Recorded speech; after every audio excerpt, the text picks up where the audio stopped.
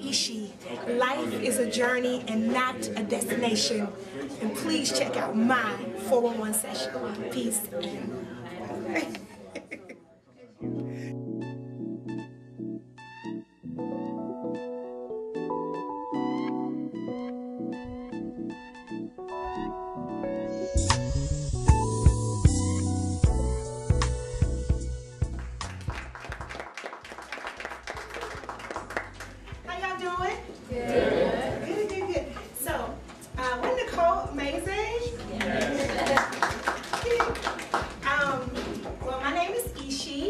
and my name means life in Swahili, and I am an Atlanta native, born and raised from the Swats.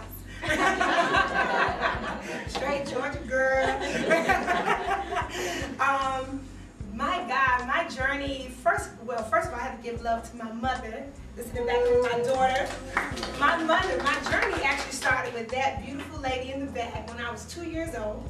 God blessed me with the gift of dance, and she nurtured it. My mom owned a dance school for over 35 years, was one of the first black dance schools here in the state of Georgia.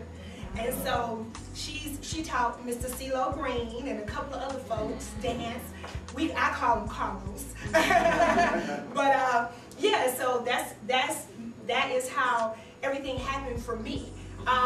When I was about 13 years old, I got approached with the opportunity to audition for a group called Arrested Development. Arrested Development, for you guys who may not know, a very social, conscious hip-hop group. We came out in the 90s. We actually formed in like the 80s.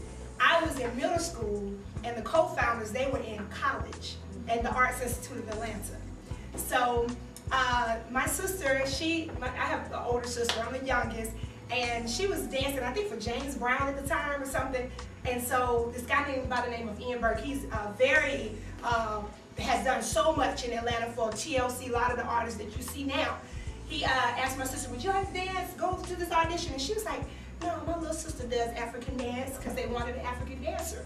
So I went and auditioned, and it was quite like a room like this. And I'm 13 years old, and they're in college, so I'm like, okay. So I go in and dance, and from that point on, my journey began with the group. I really did it because I was just passionate about dance. I love to dance. I really wanted, let me just say this. I thought that I was either going to be a lawyer or dance for Al Navy. Neither one of those things happened. So I danced, but God had another journey for me, another plan for my life. And it was to be in a hip-hop group that, you know, just straight rural country style, just some other stuff, hip-hop, you know, that I had never heard of, you know. And it was amazing because from that point, I began to just open up as just a young woman to so many different things, because of course I'm in middle school, they're in college, so my mind is going here now. I shaved all my hair off, you know, I went bald. I mean, because the group is very Afrocentric. So I got a tattoo. I mean, just went bananas with it. So on the top, Black Power, everything. So, but I love what the group stood for. My mother, she said, you can be a part of this group as long as you do good in school, you know, keep all that flowing. So I remember my senior year in high school, I went to my mom. At that time, our first single was a song you probably have heard. It's called Tennessee. And it came out, we shot the video in 1991, December of 1991. And that was my senior year in high school. So I get, okay, I'm like, okay, what do I do at this point? They were like, we're going to go on a major tour.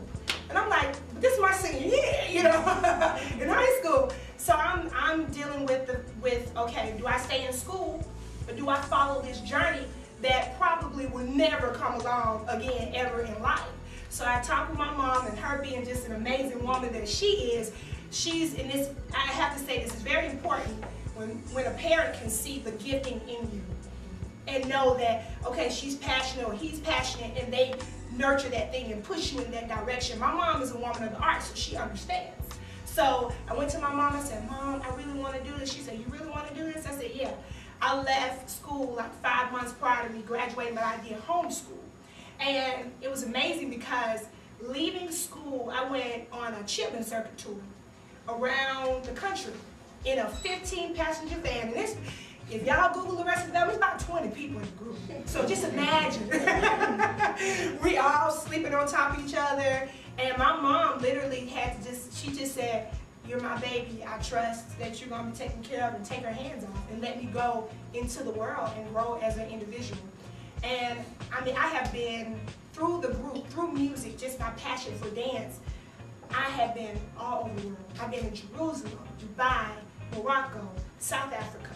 I mean, places, Bali. I mean, places that you didn't even know was on the map. And it was just literally because I was passionate about dancing. I didn't care, I just wanted to dance. And all the things that came with being a recording artist, the business, I had no idea.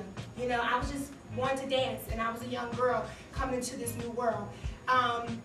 You know, with anything, we went like, oh my gosh, we came out in 91, Tennessee was a buzz clip. Do they even do that anymore on MTV? Buzz clips, okay. Okay, so I'm like, do they even do that? But we were a buzz clip, and amazingly, college radio is what broke us. Broke Arrested Development, because if you ever hear the music, it's kind of like folky mixed with, you have reggae, you have hip hop, it's a bunch of stuff just mixed together. It's a gumbo of music, and black folks, some black folks really weren't getting into it. It was more white people that liked us than anything. Atlanta really didn't embrace us until after we won the Grammys.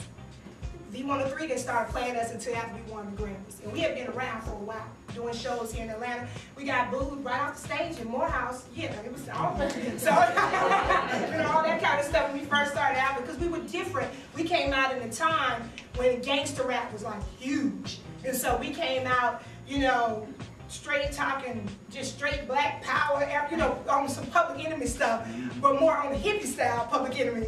And they're like, what is wrong with them, you know? And, you know, the group, very diverse, because we had an old man in the group, an elder. At the time, he was like 50-something, now he's 80. And we had an elder in the group, and then I'm the youngest, bald head, you know, it's like all these different dynamics and all these different characters in this group. You had a heavy-set girl, you had a guy with locks, everybody looked different.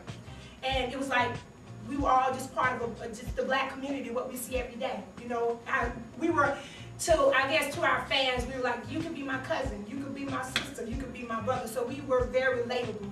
People could relate to the music and what we were talking about. And we went to sleep one night, literally, I tell people this all the time, we woke up the next day, we were famous. I knew I was famous when I would go to the store and people would scream, and I'm like, what we screaming about? Why we all running in one direction? What we doing? You know, us black folks, when somebody start running, we all gonna run. You know, we ask questions later. And so that's when I was like, oh, they're screaming for me. Oh my God, you know. So it was crazy because I was so young and didn't know anything about the business, just green. And just was like, I'm passionate about it. It happened so fast. And I think for 3 years straight, I was gone. I was home 2 weeks. So I left 17, 16 years old. I come back. You know, my mom was like, wow. You know what I mean? She saw me grow up on TV. So it was crazy. We won Grammys. We won our first time out, Best New Artist. I think it was Best Rap Video for our song Tennessee. We won NAACP Awards, Soul Train Awards, MTV Awards. I was gonna bring my Grammy out, and I forgot. I'm so sorry. Forgive me. But yeah, we won a lot of awards and toured. We worked with like some amazing people. Spike Lee. I worked with him on Malcolm X. Y'all of course seen that movie. We had the leading song for the movie. It was called Revolution. Also, I work with Antoine Fuqua. Do y'all know who he is? You gotta know him because he's a director. So y'all know these people. But he's amazing. He's actually married to Sunshine from yeah, label, right? And so I've worked with a lot of people and met so many amazing people. I met Nelson Mandela. When I went to Africa, when he became president, he had just been released from prison. That was amazing. We did a thing with UNICEF. Oh my gosh, it's just been an amazing journey, but on the journey, I've been through a lot because this business is no joke. It's no joke. To me, film, I don't care, music, it's all the same. It's all the same because it's You know, filmmakers have to have music. You have to do scores for movies. It all works hand in hand. And I went through a lot because in this business I didn't understand the business aspect of it and how dirty it can get and nasty it can get.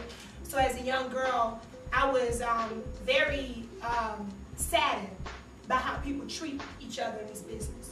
You have some great people, and when you do meet the great people, you hold on to them real tight because you don't really meet great people. You know, because especially now, it's really changed. It's a lot of dog eat dog eat. You know what I mean? And I think back in the day when we were coming up, Atlanta was like the music. We were setting the tone. You had the Face here, So Def, everybody from Goody Mob to Outkast to TLC to Tone. Everybody just started coming out and getting big. And so Atlanta really sparked a movement in music in the 90s. And I'm grateful that I was a part of that movement. The funny thing about this industry, because it has its highs and its lows, once the group came out and we did what we did, it was kind of like, okay, we've had enough of that now. We want to move on. Now, the sad thing I will say is we have a very loyal fan base, but it's mainly not black people. It's white people or international. You know, I think in America we're taught to be so microwave, and what's hot at the moment we stick on it, and then what's not, what we feel is not relevant or whatever, we keep moving on to the next big thing. And I think that's where we make our mistake. And I will encourage you guys, if you ever get a chance to travel the world, I don't care if it's to go to London, anywhere, go. Because it's gonna open your mind up, because now when I operate, when I do my music and things like that, I can't think just Southwest Atlanta. I can't think just United States, because we like, real talk, we like this compared to the world. You know, and what's crazy is, on the flip side of that, we set the tone. We set the tone. Because everywhere I go, people want to be, I can go to Morocco and they got on the LA hat. They ain't never been to LA. You know what I mean? But I mean, I met this dude that said he learned how to speak English by watching MTV. Literally. And he had a New York accent. And I was like, you've never been to New York? Like, real talk? Like, girl. But I mean, we set the tone. So I encourage you guys that whatever you do, I don't care if it's acting, filmmaking, writing songs, whatever, because on your journey, you're going to find out you can do a whole lot more than what you think you can. Because I started off as a dancer, now I sing, I write. I have a song on Angie Stone's new album that I co-wrote, working on a whole bunch of other people's stuff. So now I'm kind of getting more behind the scenes, as well as I have my own music out now. And these two beautiful people actually shot my latest video with Omari Hartman. So, you know, through my journey, through the highs and the lows, and when our group broke up in '94 and we got back together some years later, but through that time, I said, you know what? I gotta do something else. I still love music, but I need to learn of aspects of it. So that's when I went to the business aspect of it, artist management, artist development, learning why does this, okay, what makes this work, learning about publishing, learning about copywriting, learning about all the things that are behind the scenes, because the artists tend to be the last one, first to hit the stage, but we the last to get paid. Because it's all the other folks behind you that's making the real money. You get what I'm saying? So I encourage artists all the time, write your own stuff. If you don't know how to write, teach yourself. Start just writing your journey, your stories. Write, and you will learn. Over time, you'll get better and better and better. I've been doing this for 25 years, and trust me, even now, sometimes I'm like, I'm done. Because it gets overwhelming. It gets overwhelming, and if you have, just like, you know, what was said prior to me coming up by Nicole, you know, when you speak things in the universe and it may not manifest, it may take 2-3 years down the line, and you're like, is it really gonna happen? You get discouraged, because in this business, you're gonna get a lot of no's before you get yeses. But you have to create your own thing. It's just like, I wanted to do a song, and I said I'm gonna do it, and I'm gonna put it out on iTunes, and I did it independently. I didn't care if I was signed to a major label. I didn't care. I was like, I'm gonna put it out. So now I do music when I feel like it. If I feel like doing a song today, I do it. If I feel like it being hip hop, it's gonna be hip hop. If I feel like it being rock, it's gonna be rock. Whatever I feel like at the moment. So I think if you chase the passion and your dream, not the money, it'll come. It'll come. You know, but you have to, in this business, I heard LL Cool J say this. He said, you really don't start making money in this business until 20 years after you in the game. And I'm telling you, it's so many people that started with me. It was a room full of people, I said 100. Now left standing about 2. Because this business is not for the weak and it's not for the timid. You have to be aggressive. You have to know what you want. And don't compromise yourself, your integrity, and your morals to make a dollar. Know what you want. Have direction, because if you don't stand for something and you don't know what you want, somebody else going to tell you what you want. And I'm telling you, that's how it goes. And especially me being a woman, I face the same struggles in this business because it's male dominated. And you don't get the respect. But I'm not a rah-rah type of person, but I know what I want. And I'm very like persistent and like, okay, I want this. This is what I want. But you can do things in a nice manner. You don't have to be mean about it. You know what I'm saying? Don't burn bridges in this business, because I promise you this, the same people that may be an intern when you going up, they're going to be the president in 10 years. You know what I mean? So always treat people with kindness. When you walk in a room, I say this to you guys, the only way you're going to know people is you got to let them know that you're there. You got to let them know your presence. So when I walked in the room, the people that were in here, I came to introduce myself because I want to know you. I want you to know that your presence is important to me. So you have to, when you walk in the room, you guys, always introduce yourself to someone. Have your card. This is what I do. And just like Nicole said, it's okay to start on the ground level, because honestly, even now, me starting my new journey, I'm doing things that I did when I was a kid, starting over, because now people are having to learn me as Eshe as the grown woman, not Eshe as the young girl that was in Arrested Development, because I'm on a new journey now. You get what I'm saying? So you give that love, and I always say Arrested Development opened the door for me, and it's all love, it's no bad blood, but now that season is up for me. Now I'm on a new journey. So you gotta know that, know what you want, and just get in. In Atlanta right now, it's a lot going on in the film. And I encourage you guys, get involved in it. Get involved in it, get to know the people. Because even me now, it's funny, I'm learning and meeting so many new people. That's because the people that were the movers and shakers 20 years ago, they're not the movers and shakers anymore. And that doesn't mean that they're not important, but most of them not even in the business anymore. So I encourage you guys to do that. And you guys have any questions? Yes. I want to make a comment because I'm 40, so. You look good. Okay.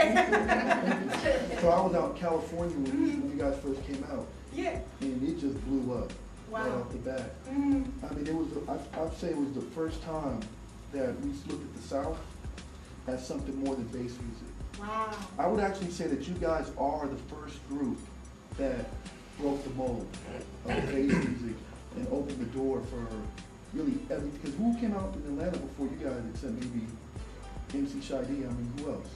Raheem the Dream. Yeah. Seven Sam the Hitman. And you guys were like, Afrocentricity was something that you really just got from New York. Yeah. You know, and you guys made it more palatable to everyone else, because it wasn't fight the power, it was like. So I just want to say that you guys are you're really kind of a historic group. Thank you so much. I appreciate that. That's so sweet. And it's funny because I think in Cali, I never forget one time I was in Oakland. And I remember being on stage, and I wasn't ready for the earthquake. I didn't know, you know what I'm saying? So we were on stage, but what was even deep about the whole thing, so we're on stage, and this is back, I know you 40, so this is when you had the actual turntable, and if you jumped on stage too, the record was skipping, break the meter, that whole, and so it's not like it is now. But we were performing People Every Day, and I look up, and Tupac was standing in the audience. I was like, that's Tupac. You know? But this was before he like really blew up, and he was going ham on people. Like, that's my joint, you know. And I was like, wow, that was Tupac, you know? And just to, a lot of people, it's funny that you say that because it was kind of like one of those things like Arrested Development was the type of group that if you liked us, you couldn't really tell people you liked the group. Like if you were like supposed to be like hardcore, you don't tell people you like Arrested Development. Like, shh, that's not cool. But behind closed doors, people are like, that's my group, you know? And so that's beautiful because I look at the Black Eyed Peas, I look at Outkast, Goody Mob, all of them, and I can see how we influence, you know, certain groups. And I mean, even we did a show in Jerusalem with the Black Eyed Peas, and they said, you guys opened the doors for us. And I don't know if y'all know the original Black Eyed Peas, they weren't anything like they are now. Nothing like they are. They were totally different. So, you know, it's amazing how music, film, it can change the frequency of a room. It really can. And so I encourage you guys, because it's honestly, we got enough not so positive things out now. So it would be nice to see some more positive, good energy stuff out there. You know what I mean? And I think in some ways I'm really, I mean, I guess I'm on the fence about it because yes, we've progressed in a society from a technology standpoint. We got social media, but it's a blessing and a curse, I feel, the web. You know, because back when we were out, you had Right On Magazine, Word Up. That's how you heard about folks, you know. But now it's like everything is so instant. So it's like someone could be talking about something for a week, and it's just over with. You don't talk about it anymore. Something that could have just been life-changing, like for real. But back then, people really, everybody was like, if you heard music, you knew that's LL. Okay, that's Big Daddy Kane. You could tell by the sounds and the energy that was in the music. Now, you don't know who is who. And everybody looks the same. It's like we're clones. You know what I mean? And we never been like that. So we fallen into that capitalist corporation whole energy. And that's why, for me, I encourage people, do stuff independently. Because I'm telling you, for a minute, my spirit was killed by just all the stuff that goes on in this business. I went through like a deep depression, like for real. And even after all the success, I was like, but people can just still treat people like crap and be all right, but then go to sleep and be cool with it, you know? But it's just, and there's so many people that get hurt along the way. And we have, I think as a people, we have so much in us and we don't know what we possess. Like Nicole was saying, I really believe that. Anybody else have any questions? Yes, and you did it back. I'm sorry. Yes. I just wanted to know what kind of dance you did. I know that hip hop African, that you did any kind of. Oh yeah, ballet, jazz, tap, points, baton. Oh my gosh, all that stuff. Yes, my mom. She didn't play the reggae, so she was like Debbie Allen with the stick, the whole nine. But yeah, but ballet is my foundation because I tell dancers all the time, you gotta know ballet because that's the foundation. That's the foundation. But a lot of people are like, I want to go straight to hip hop. I said, most of these hip hop dancers you see, they know what a pirouette is. You gotta know. I mean, to dance for people like Michael Madonna, you have to know what a torchita is.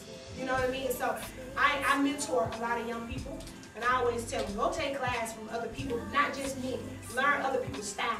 Because if this is what you want to do, you got to be able to pick it up real quick and come in the room. And there's a lot that goes to it. Yes.